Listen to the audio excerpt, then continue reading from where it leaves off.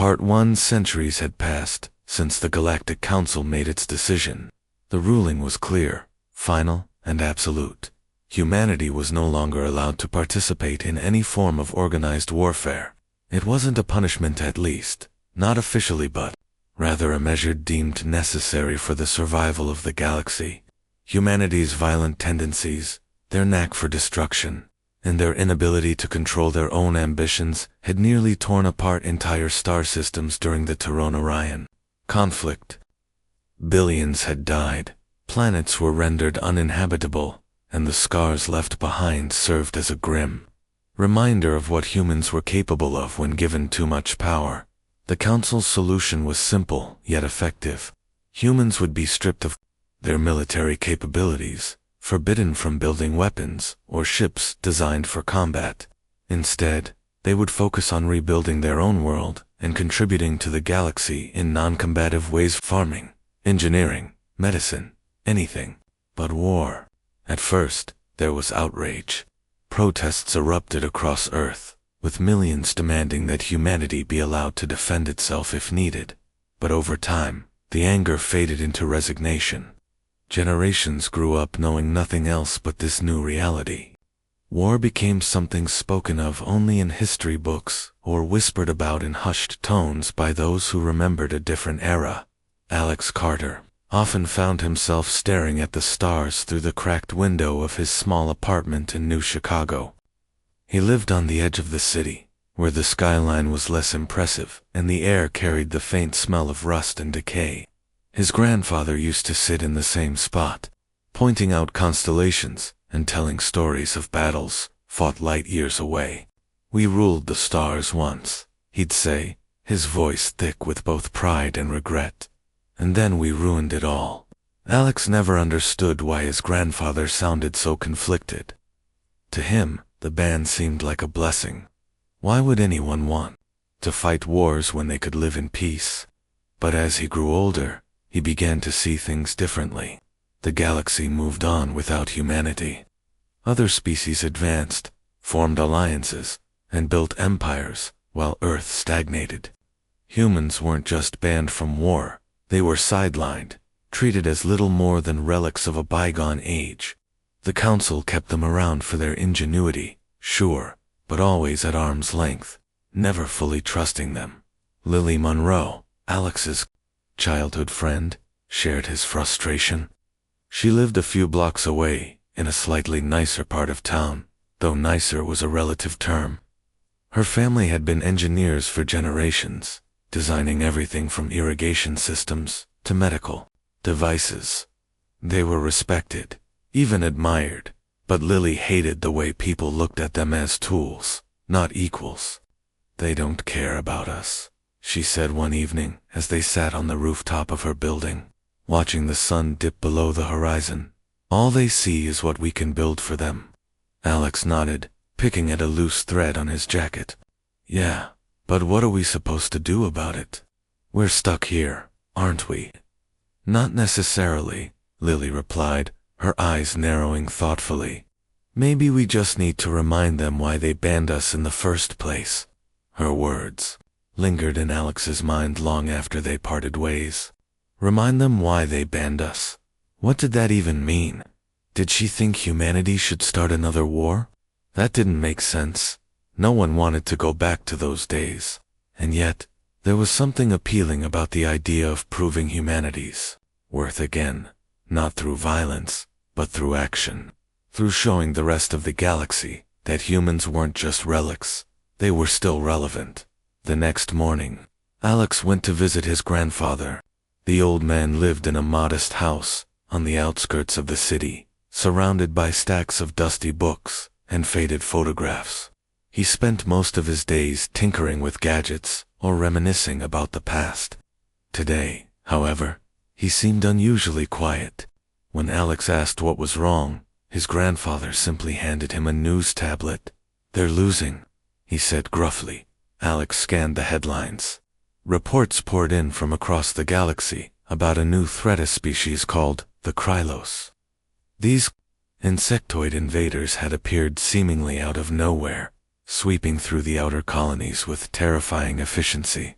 Entire populations were wiped out, resources plundered deep. Part 2. The Krylos were unlike anything the galaxy had ever seen. Their ships moved in perfect synchronization, as if guided by a single mind. They didn't communicate, negotiate, or show mercy. When they arrived at a planet, they consumed everything: minerals, water, organic matter, leaving behind barren wastelands that could no longer support life. No one knew where they came from or why they attacked, only that their advance was relentless and unstoppable. News of the invasion spread quickly, reaching even the most remote corners of Earth. Alex sat glued to his screen, watching footage of burning cities and fleeing refugees. The Council's response was chaotic, disjointed. Fleets from various alien species rushed to meet the threat, but none could stand against the Krylos for long. Conventional tactics failed miserably. The invaders' hive-mind coordination made them nearly impossible to outmaneuver, and their sheer numbers overwhelmed any opposition. "They're not fighting like us," Lily said one evening, as they watched another report together. "They don't care about honor or strategy. They just consume." Alex nodded, his jaw tightening. "And we're sitting here doing nothing." "Not nothing," Lily corrected him. "The Council's already sent requests for help. Engineers, scientists, logistics experts. They want humans to fix what everyone else can't." It was true. Earth had received dozens of pleas for assistance in recent weeks. Factories across the globe ramped up production of medical supplies, food rations, and repair equipment. Teams of engineers worked around the clock to develop new technologies that might give the Allied forces an edge. But it wasn't enough. Every victory was short-lived. Every counterattack crushed under the weight of the Krylos swarm. For Alex, the frustration was unbearable. He wanted to do more than just tinker with machines or design better tools. He wanted to fight, not because he enjoyed violence, but because he couldn't stand the thought of humanity being left on the sidelines while others bled for survival. Lily felt the same way, though she tried to hide it. She threw herself into her work, spending hours in her family's workshop experimenting with prototype weapons and defensive systems. Most of her ideas were impractical, too dangerous, or simply untested, but she refused to give up. "If we can't join the fight directly," she told Alex, "then we'll find another way to make a difference." Her determination inspired him, but it also scared him. What if they pushed too hard? What if they crossed a line and brought the Council's wrath down on Earth? The last thing anyone needed was another war involving humanity. Still, Alex couldn't shake the feeling that something had to change. The galaxy was losing, and the Council's refusal to lift the ban on human participation seemed short-sighted at best. Desperate times called for desperate measures, didn't they? One day, while delivering supplies to a nearby research facility, Alex overheard a conversation between two Arcturian diplomats. They stood near the entrance, their elongated forms shimmering faintly in the sunlight as they discussed the ongoing crisis. "Earth is proving useful," one of them said, his voice calm but dismissive. "Their engineers are clever, their innovations effective, but they lack discipline. Letting them loose would be a mistake." Alex froze, gripping the handle of his delivery cart tightly. Discipline, was that how they saw humanity? Undisciplined. Reckless children who couldn't be trusted with responsibility. Anger bubbled inside him, but before he could say anything, Lily appeared beside him. "What's wrong?" she asked softly, noticing the tension in his posture. He gestured toward the diplomats. "Listen to them. That's all we are to them too. Disposable tools." Lily frowned, listening intently. After a moment, she grabbed Alex's arm and pulled him away. "Come on, we don't have time for this." "Don't have time for what?" Alex snapped, shrugging off her grip. "For standing up to them. For reminding them that we're more than just gears in their machine." "You think yelling at a couple of diplomats is going to change anything?" Lily shot back, her voice rising. "We need to act, Alex, not react.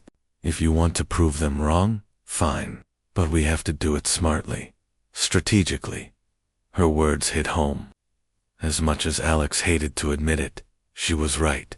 Shouting matches wouldn't solve anything. If they wanted to make a real impact, they needed a plan, a bold, daring plan that would force the council to take notice. Over the next few days, Alex and Lily began quietly recruiting others who shared their vision. First was Jake Owens, a former pilot whose career had been cut short when the ban went into effect. Jake still spent hours in flight simulators, practicing maneuvers and dreaming of the stars. "I'm in," he said without hesitation when Alex approached him. "Just tell me where to sign up." Next was Emma Hayes, a strategist known for her sharp mind and unconventional ideas. She'd worked as a consultant for several alien governments, helping them optimize their supply chains and resource allocation. But like Alex and Lily, she grew tired of being treated as a second-class citizen. "You're talking about breaking the law," she warned them during their first meeting. "If we get caught, it's over for all of us." "We won't get caught," Lily assured her. "Not if we do this right." Slowly, their group grew. Each member brought something unique to the table: skills, resources, connections. Together, they formed a tight-knit team united by a common goal: to prove that humanity still had value beyond its reputation as a destructive force. Their first step was gathering information. Using hacked databases and smuggled intel, they pieced together a picture of the Krylos' weaknesses. The invaders relied heavily on their hive mind network, which meant disrupting communication could cripple their operations. They also had limited adaptability. Once a tactic proved ineffective, they struggled to adjust. These insights gave the team hope. If they could exploit these flaws, they might stand a chance. But preparation alone wasn't enough. They needed weapons, ships, and training, things that were strictly forbidden under the Council's ban. That's when Alex remembered the ruins of old Chicago. Beneath the crumbling skyscrapers and abandoned streets lay remnants of humanity's past glory. Decommissioned warships, outdated but salvageable, had been left to rot after the Tyranno-Ryan conflict. With some ingenuity and a lot of elbow grease, those relics could be restored to working order. It was risky, almost suicidal, but it was their best shot. The decision wasn't made lightly. Each member of the team understood the stakes. If they succeeded, they could turn the tide of the war and restore humanity's place among the stars. If they failed, they risked annihilation, not just for themselves, but for Earth itself. As they prepared to embark on their mission, Alex found himself reflecting on his grandfather's stories once again. Back then, humanity had ruled the stars, only to lose everything due to arrogance and greed. This time would be different. This time, they weren't fighting for conquest or power. They were fighting for survival, for redemption. And deep down, Alex knew they were ready. Part 3. The ruins of old Chicago stretched endlessly. A graveyard of steel and concrete that whispered stories of humanity's past.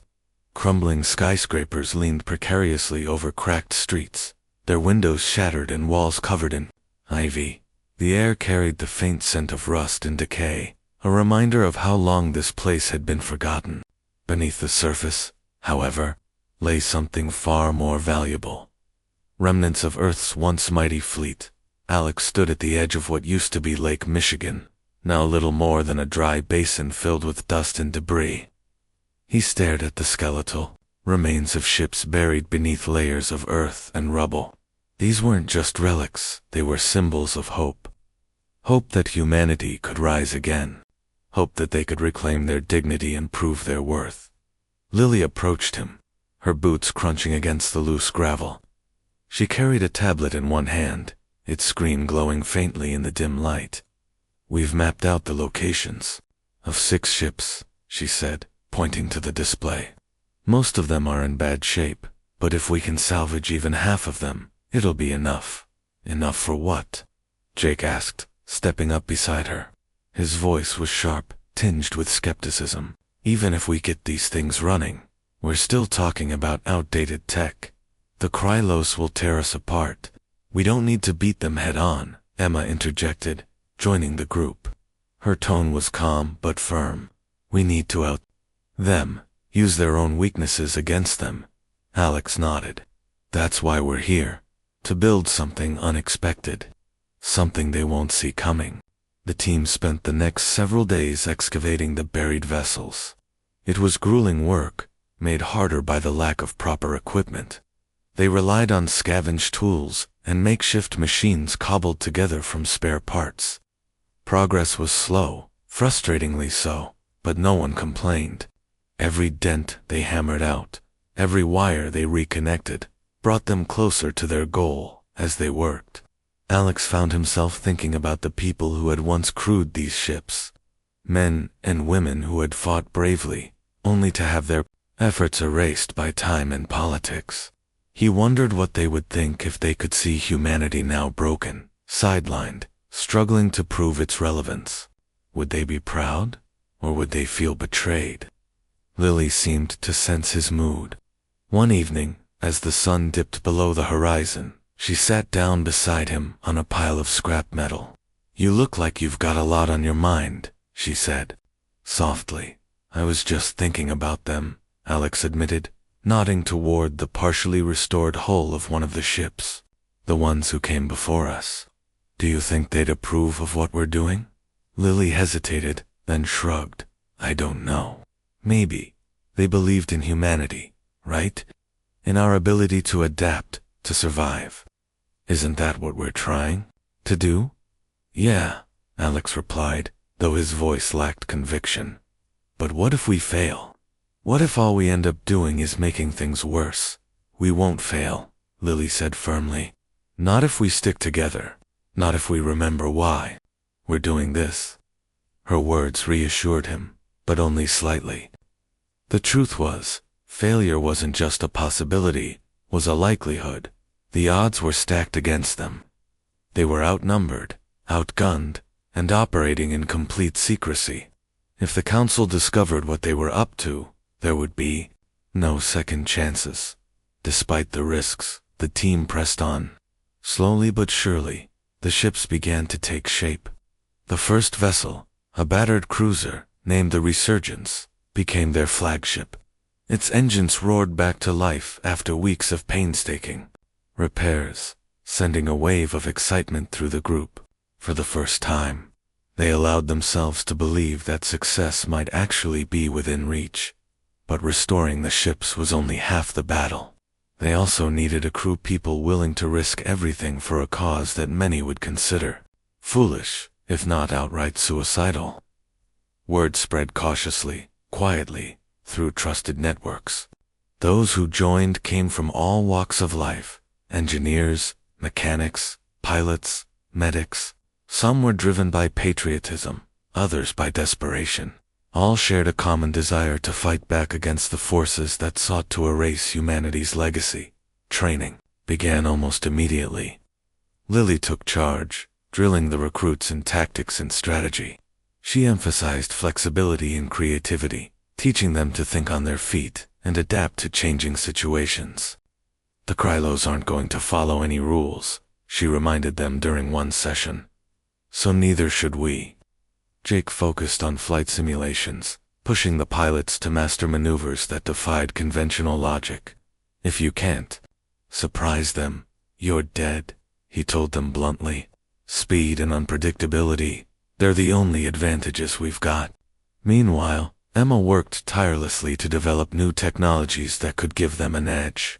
Using stolen schematics and experimental designs, she created weapons and defensive systems unlike anything the galaxy had ever seen. We can't match their numbers, she explained, but we can hit them where it hurts. Disrupt their communications, blind their sensors, and turn their hive mind into a liability. As the weeks turned into months, the operation grew in scale and complexity. Supplies were smuggled in under cover of darkness, often at great personal risk. Allies emerged in unexpected places, sympathetic aliens who saw value in humanity's defiance. rogue traders willing to look the other way for the right price. Even some members of the council began to whisper support, though none dared speak openly. Still, tensions ran high. The longer they worked, the greater the chance of discovery.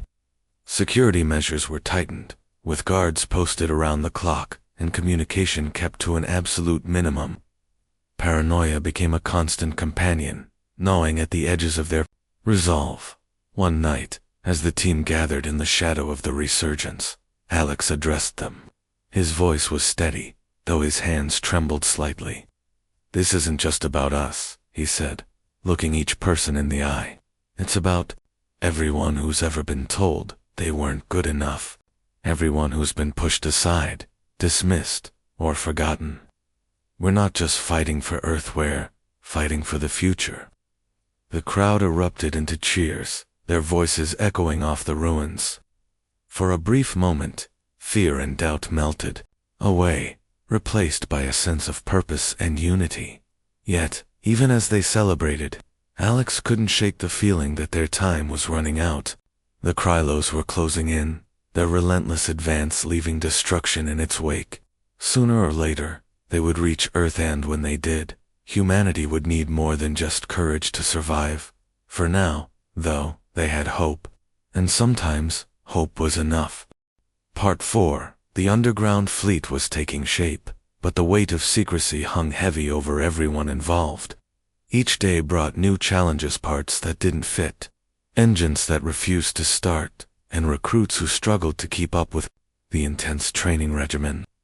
Despite these setbacks, the team pressed on, driven by a shared determination to prove humanity's worth. Lily spent most of her time overseeing the restoration of the resurgence. The cruiser was far from perfect. Its hull bore scars from battles long past, and its systems were patched together with scavenged components. But it was sturdy enough to fly, and that was all that mattered. She walked along the ship's corridors, inspecting every weld, every circuit, ensuring nothing would fail when it mattered most. Her hands were calloused from hours of manual labor, and dark circles shadowed her eyes, but she never slowed down. If anything, her resolve only grew stronger. Alex worked alongside her, though his role was less technical and more logistical. He coordinated supply runs, negotiated with smugglers, and kept morale high among the crew. It wasn't glamorous work, but it was vital. Without him, the operation would have fallen apart weeks ago. Still, he couldn't shake the feeling that they were running out of time. Rumors of Krylos activity near Earth had begun to surface, and each report made his stomach churn. "We need to move faster," he told Lily one evening as they stood in the dimly lit hangar. "If we wait too long, it'll be too late." "We're doing everything we can," Lily replied, though her tone betrayed her own doubts. "But rushing won't help if we're not ready." "I know," Alex said, running a hand through his hair.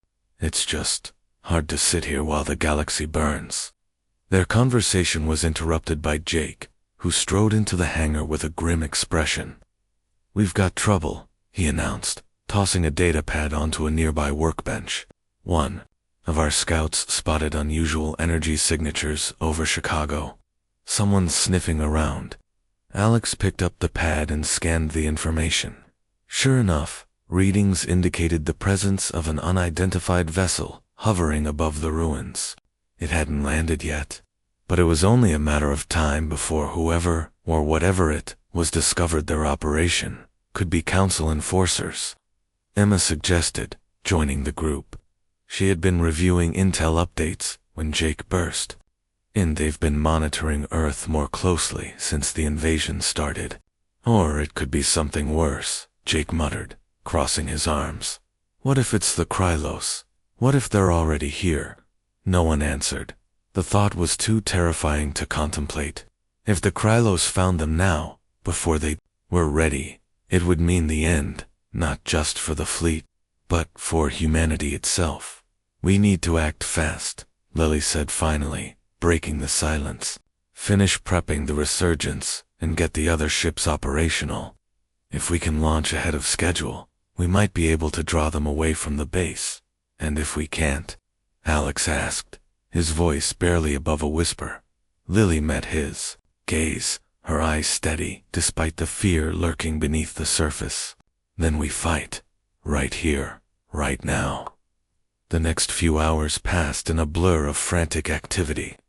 Crew members scrambled to complete repairs, loading weapons and supplies onto the ships as quickly as possible. Emma worked feverishly to install her experimental tech, knowing it might be their only advantage against superior forces.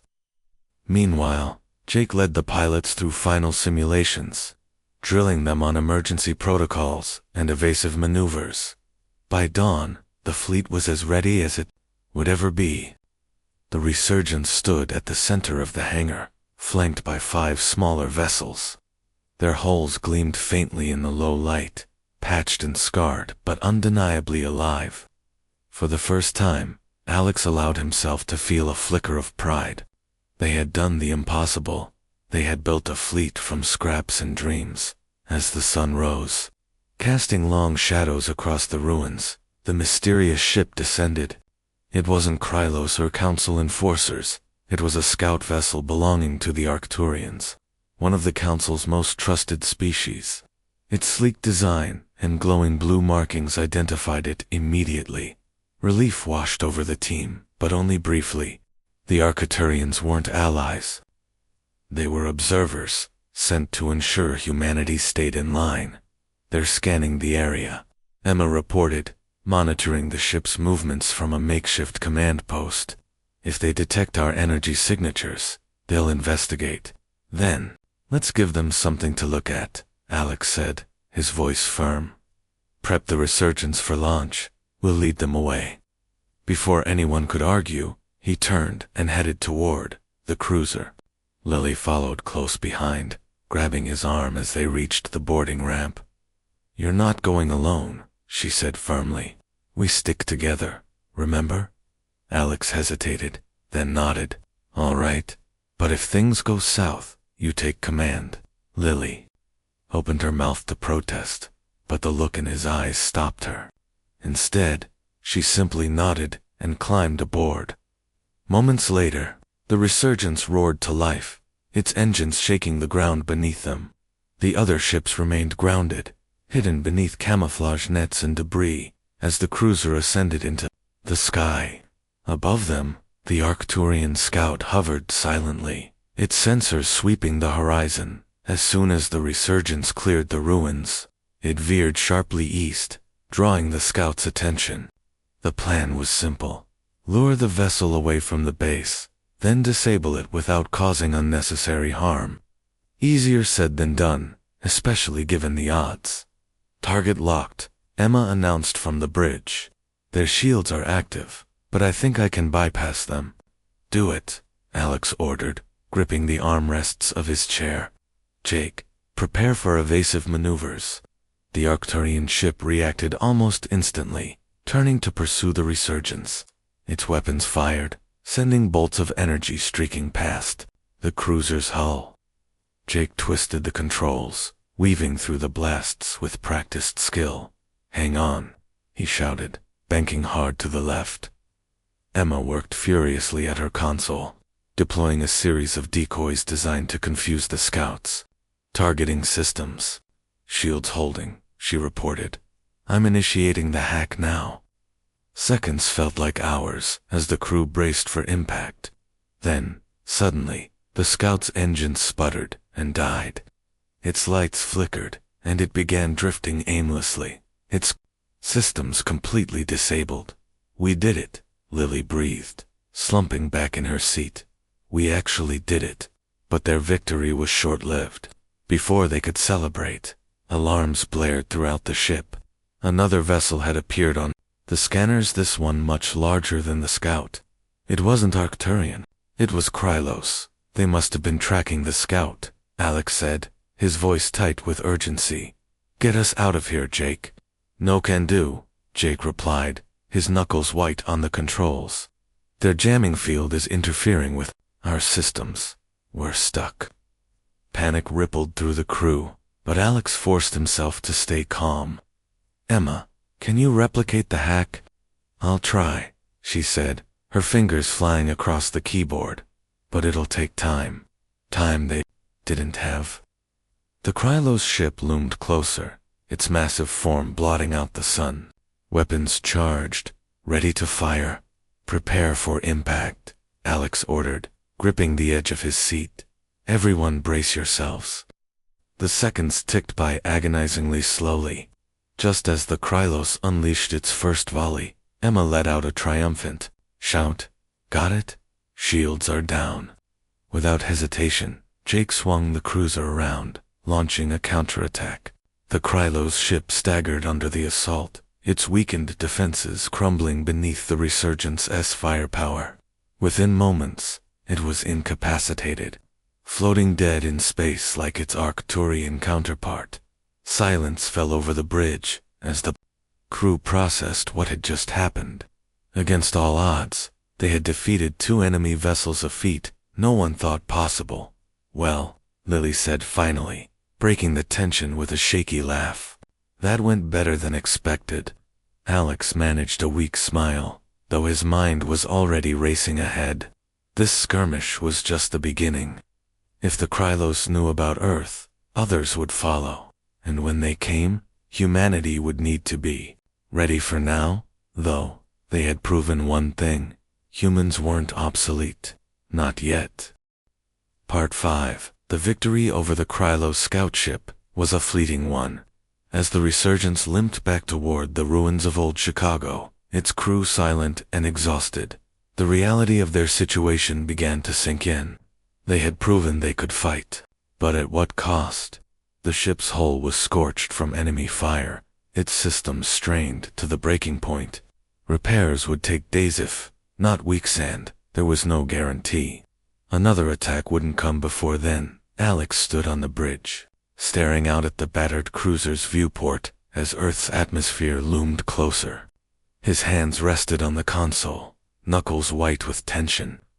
"We got lucky," he muttered, more to himself than anyone else. "Too lucky." Lily glanced up from her seat, where she'd been reviewing damage reports. Her face was pale, dark, circles underlining her eyes. "Luck had nothing to do with it," she said firmly. "We planned, we adapted, and we won. That's what humans do." "Yeah, but next time might not go so well," Alex replied, turning to face her. "What if there are more ships waiting for us? What if the Council finds out about this?" "They will find out," Emma interjected, stepping onto the bridge. Her voice was calm but carried an edge of urgency. "You don't think those Arcturians are just going to stay quiet after their scout gets hacked and disabled? Someone's going to ask questions." Jake appeared behind her, wiping grease from his hands with a rag. "Questions we can't answer without blowing our cover," he added grimly. "And when that happens, we're done for." The weight of their words settled over the room like a suffocating blanket. For all their bravado, none of them truly believed they were ready for what came next. They had taken a stand, defied the odds, and survived. But survival wasn't enough. If humanity wanted to reclaim its place among the stars, they needed more than guts and ingenuity. They needed legitimacy. When the Resurgence touched down in the hidden hangar beneath old Chicago, the rest of the fleet erupted into cheers. News of the victory spread quickly, thanks to the handful of recruits who had stayed behind to guard the base. To them, the battle against the Krylos and the Arcturian scout was proof that humanity still had teeth. But Alex couldn't share their enthusiasm. Instead, he called an emergency meeting with the leadership team. Lily, Jake, and Emmet to discuss their next move. "We've crossed a line," he began, pacing back and forth in the dimly lit briefing room. "The Council isn't going to ignore this. Once they figure out what happened, they'll send enforcers or worse." "So what do you suggest?" Lily asked, leaning forward in her chair. "We hide again. Pretend none of this ever happened." "No," Alex said, stopping mid-stride. "We use it. This is our chance to show them why we deserve to fight." Emma raised an eyebrow. "You mean turn ourselves in? Walk right into the lion's den and hope they listen?" "Not exactly," Alex admitted. but we need to make contact. Let them know we're not just rebels or renegades, we're here to help. If we play this right, maybe we can convince them to lift the ban." Jake snorted. "Good luck with that. The council doesn't care about helping anyone but themselves." "Maybe not," Lily countered, her tone thoughtful. "But they care about winning, and right now, they're losing, badly. If we can offer them something they can't refuse, they might actually listen." It was a risky plan, but it was also their best shot. Over the next few hours, the team worked tirelessly to craft a message for the Galactic Council. It was brief, direct, and carefully worded to avoid sounding like a threat. In it, they explained their actions not as acts of rebellion, but as necessary measures to protect Earth and contribute to the war effort. They highlighted their success against the Krylos, emphasizing humanity's ability to adapt and innovate. Finally, they requested permission to join the fight officially, promising to follow the Council's rules if given the chance. Transmitting the message was another challenge entirely, using stolen frequencies and encrypted channels. Emma managed to bypass standard communication protocols, ensuring the signal reached the Council without being traced back to its source. Once it was sent, all they could do was wait. Days passed with no response. The silence was maddening, made worse by the knowledge that every moment spent waiting was a moment the Krylos could use to advance. Supplies dwindled, nerves frayed, and tempers flared. Some recruits began questioning whether they should launch preemptive strikes, while others argued for abandoning the operation altogether. Through it all, Alex and Lily held firm, insisting that patience was key. Finally, on the 5th day, a reply arrived. It came not from the Council itself, but from a delegation of representatives sent to investigate. Their arrival was announced via a formal transmission, delivered in crisp, emotionless tones. "The Galactic Council acknowledges your request. A hearing will be conducted to determine the validity of your claims. Failure to comply with Council directives will result in immediate sanctions." "It's not much," Emma said, reading the message aloud to the group. "But it's something." "It's more than I expected," Alex admitted, a faint smile tugging at the corners of his mouth. "They're giving us a chance to explain ourselves.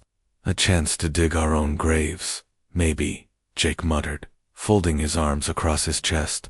"What if they decide we're too dangerous to keep around? Then we cross that bridge when we come to it," Lily said firmly. "For now, we focus on making our case." Preparations for the hearing began immediately. The team scoured their records, compiling evidence of humanity's contributions to the war effort, from the salvaged ships and experimental tech to the training programs and strategic innovations. They rehearsed their arguments, anticipating every possible objection the Council might raise. Above all, they reminded themselves why they were doing this, not for glory or revenge, but to prove that humanity still had value. When the delegation arrived, it was aboard a sleek, silver vessel that dwarfed even the Resurgence. Its design was unmistakably alien, with smooth curves and glowing panels that pulsed faintly in the sunlight. As it descended into the ruins of old Chicago, escorted by a squadron of armed escorts, the air crackled with tension. Alex and Lily stepped forward to greet the visitors, flanked by Jake and Emma. Behind them, the rest of the team stood at attention, their faces set with determination. The Council representatives disembarked slowly, their forms tall and imposing. Their leader, a towering Vordak with shimmering scales and piercing yellow eyes, regarded them coolly. "You have been granted an audience," he said, his voice deep and resonant. "Do not waste our time." Alex swallowed hard, then nodded. "Thank you for coming," he began, his voice steady, despite the knot in his stomach. "We understand the concerns you may have about our actions. But before you pass judgment, please hear us out." The Vordak tilted his head slightly, studying Alex with an unreadable expression. "Very well," he said after a pause. Speak. And so they did. Alex outlined their mission, explaining how humanity had been sidelined for centuries, and how the Krylos invasion had forced them to take matters into their own hands. Lily presented data on their successes, highlighting the adaptability and creativity that defined human ingenuity. Jake demonstrated the capabilities of their restored fleet, showcasing maneuvers and tactics that left the delegates visibly impressed.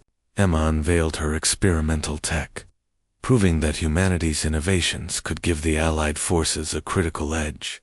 Through it all, the Council representatives remained impassive, their expressions giving nothing away. When the presentation ended, the Vordak spoke again. Your achievements are noteworthy, he admitted, though his tone suggested he found the admission distasteful.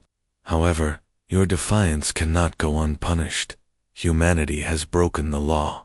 We didn't break the law because we wanted to, Lily countered, stepping forward. We broke it because we had to. Because no one else was willing to protect us. The Vordak hesitated, exchanging glances with his companions. After a long moment, he turned back to the group. The Council will deliberate. Until then, you are confined to this location. Any attempt to leave will be seen as an act of aggression.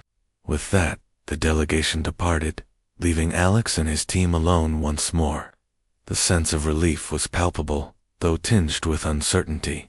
They had made their case, but the outcome was far from guaranteed. As the days dragged on, waiting for the Council's decision, Alex often found himself thinking about his grandfather's stories. Back then, humanity had ruled the stars, only to lose everything due to arrogance and greed. Now, they were fighting not for conquest or power, but for redemption, for the chance to prove that they had learned from their mistakes. Whether the Council would believe them remained to be seen. But one thing was certain, humanity wasn't going down without a fight.